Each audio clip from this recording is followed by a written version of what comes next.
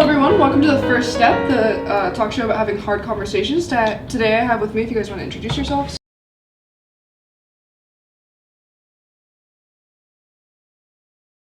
Get started, I have a quick promotional statement that I'm going to read off of my phone because I didn't print out the sheets beforehand. And it reads, the VCIC for Inclusive Communities is an 86-year-old organization that started in Lynchburg, Virginia as the... That started in Lynchburg, Virginia as the Virginia region of the National Conference of Christian and Jews, in a grassroots efforts to address community concerns related to anti-Catholicism, anti-Semitism, and anti-Protestantism. That's a word. Community members took part in interfaith dialogues across Virginia. Over time, conversations grew to include other aspects of social identities like race, ethnicity, gender, sexual orientation, class, and ability status. Today, VCIC is an independent nonprofit that works with schools, businesses, and communities to achieve success through inclusion. VCIC hosts programs year-round for students, including one-day forums like the Diversity Dialogue Day and the Prejudice Awareness Summit, and a week-long summer retreat called Connections. If you'd like to find out more, you can follow VCIC on social media, which is Facebook, Instagram, and Twitter. Before we get started, I'd like to remind everyone that while Valerie and Jessica's input is really important and we want to take it with respect, we also have to remember that they are only a part of the community, therefore there's no possible way that they could speak for everyone within the community, so just remember to keep that in mind as they're answering questions. You guys ready? Yeah. Alrighty, so I have for the first question, what is your greatest strength that derives from being a woman? Can I go first? Oh my god. I feel like for me, Can you go? Yeah, sure. I think that my greatest strength that comes from being a woman is probably the strength that I get from being like underestimated so much by some like people. Not everyone, but like when people underestimate me, it like actually gives me strength and like makes me want to do better. So I think my greatest strength that comes from being a woman is just like the underestimation that comes from being a woman and then being able to achieve things that people didn't think I could. Do things out of spite. Do things out of spite, it's great. I feel like for me, my greatest strength would definitely be communication because I've just like learned a lot. Like I'm a better communicator than my brother, and I think it's just because like I've learned from my mom and I've learned from my sister and like males too, but like I can just tell that like as time has gone by, like he's lived like 19 years of his life and I've lived 17, and I'm just like a better communicator, and I think it's because like the people, like the women I was raised around and like the women I'm surrounded with like sharpen my communication skills, and if I was a guy I don't think that I'd be able to like have conversations that I have as like a woman, and I think just like communication in general. I wonder why. I feel like women were forced to be better communicators. Like we have to be to get our point across. I agree there, but I also feel like it's like almost a privilege in that women can feel their feelings more. Like, yes, women have like a lot of things going against them sometimes, but like men also can have a harder time with communication because of the stigma that surrounds like sensitivity and feelings. Mm-hmm. So I feel like there's give and take there. Alrighty, next question is, how can I make girls feel more comfortable and safe as a guy? I don't want to be a creep, but I don't know what would be weird for them. I would say just act normally, like treat us like a normal person. Like don't look at us and see like a woman. Like see like I'm Jessica, I'm like nice and fun and smart. Like don't be like, oh, Jessica, like a girl, you know? Yeah, like no objectifying. Like it's just gross when you look at someone and you're just like, what am I allowed to like? What am boobs, like ass, like. You can't just like look at a woman and like the only thing you take from her is her body, and I feel like that's like a big thing that like guys do, and like what Jessica was saying, like just see us as people and like friends. Like don't be weird. Yeah. Well, that's the thing. I feel like everyone has their own like sort of boundaries. I think that's something you just have to like talk with like each individual, because some people are like, okay, if you like hug them or something, and other people are like, don't touch me. Yeah. And I feel like I don't know. So I guess ask permission. Yeah. And not in a weird way. You don't have to like ask permission in a weird way. Simple things. Okay, next question is, what is your experience with sexism here at James River? I feel like for me, I've never like experienced like anything like big sexism from James River High School or like the guys from James River High School.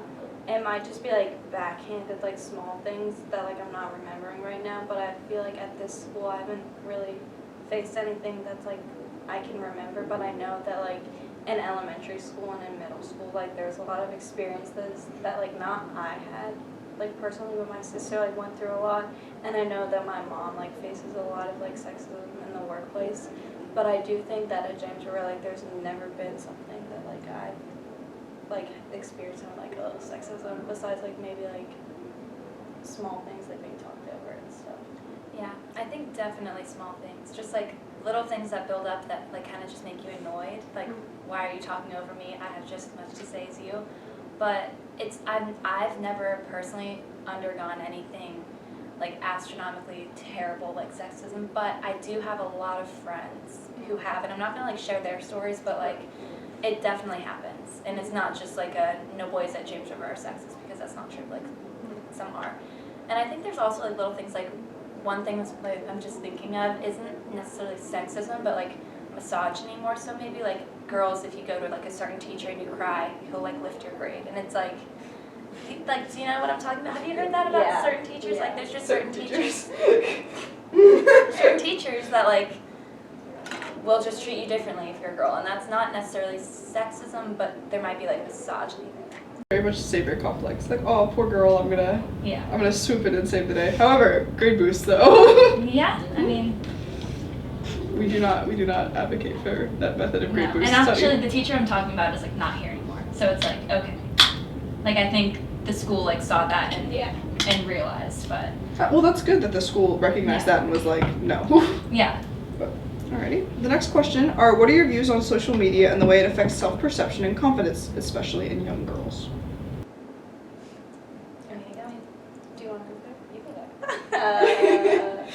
I just feel like social media, at least for me, has had like self-confidence goes down when I go on social media. So like one of my New Year's resolutions was just like not to be on it, just because I think it negatively affects the way that I like view myself, and I think that like especially for women, like the things that they see on social media, they have to hold themselves to a higher standard than guys do, just because women I think use social media like Instagram and like Snapchat a lot more, just because it's like that's just how it is for girls.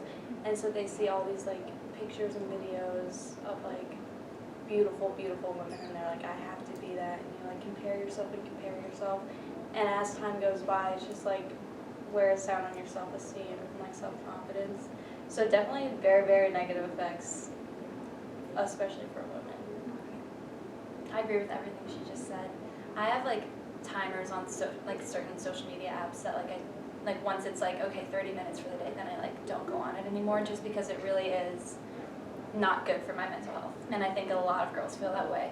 But I think like, not to be like devil's advocate, but I feel like it's like not only girls that it affects, like even with body image stuff, like yes, it affects I think girls more because we're more objectified and like are like internally place more worth in ourselves with our bodies, right. And like feel like sometimes it's the only way, like the only place you can find worth, even though it's not true. That's never true.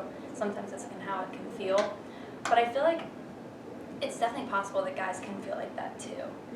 So I think like the question, I think social media overall is negative, but for girls especially, yes. But like even guys, like bodybuilders posting on social media and then them feeling like they're not big enough, or like they're not small enough. Like I think it's not just a feminist issue, like just a girl issue. I think it's something that probably affects everyone, but I think for girls especially, it can be hard. Yeah, because I feel like we always forget that like when we see like these influencers and everything, like the bodybuilders and stuff, like that is like their job. Like their job is to look like that, and they can devote that time. When you're like a high school student, you don't have time to like devote to just like working out strictly and like eating correctly, because sometimes you're rushing through the day and getting through stuff. But it's important. I also feel like it's important to remember, like I try to remind myself of this, like any influencer or like brand on social media, they edit their filters, and also like everyone's trying to sell you something. Like if you're an influencer, you're trying to sell something, whether it's like your brand, your product, or your name, like they're trying to sell you something. So if you're looking at this and you're like, oh my gosh, like I want to be that, or I want to look like that, like they're selling you their like image kind of. So I don't know, just like something to remember. Alright, next question is age-old question: who pays on the first date? This is a good Valentine's Day question. I think that the guy should pay on the first date unless the girl was the one to ask the guy out. Yeah. And that's it. I feel like chivalry's not dead. So like, Yeah. whatever you're comfortable with, you can like talk about it. You can offer to pay, but like if the guy wants to pay, then let him pay. Like I don't know. What do you think? What do I? Oh, because Yeah. there's never gonna be a guy on any of my dates. Oh my god.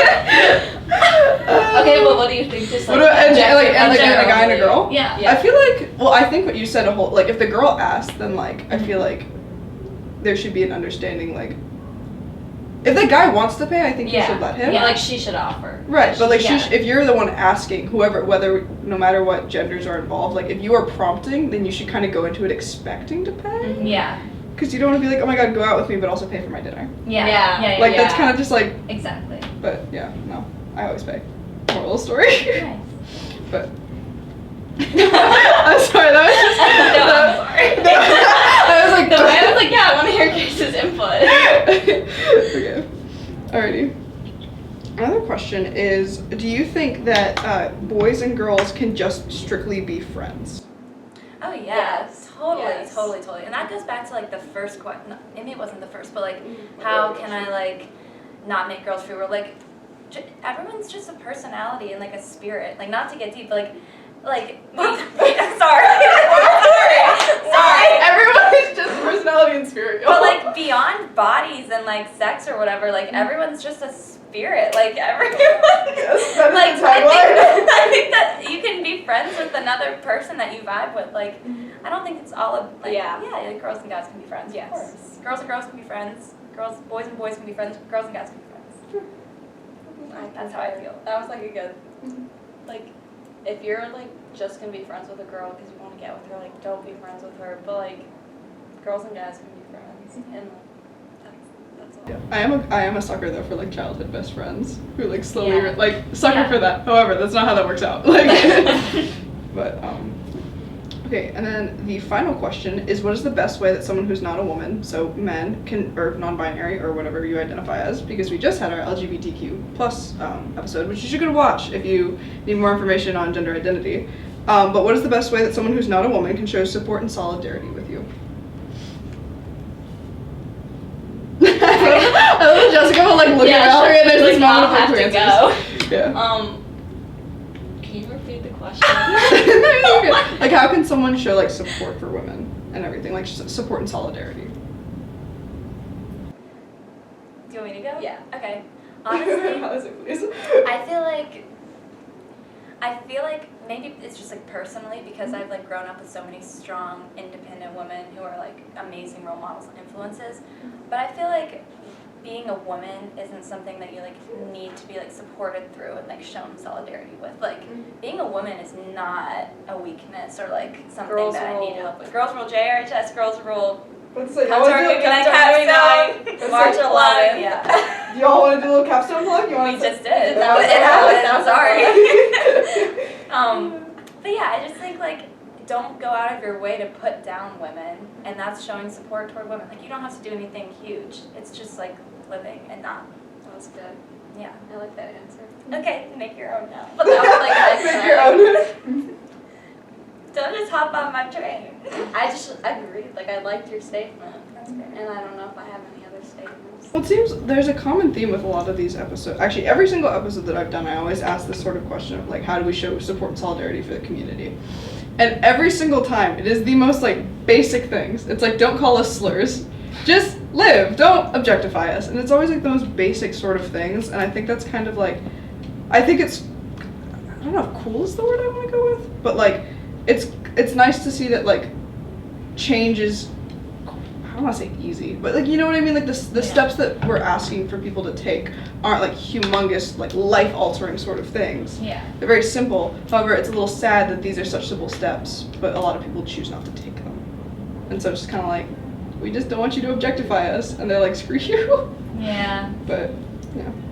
That goes along really well with like your capstone name, just like what you were talking about. Oh yeah, right the now. first step. Take the first Yeah. step, please. It's such an easy step, and yet it's always the hardest one to take.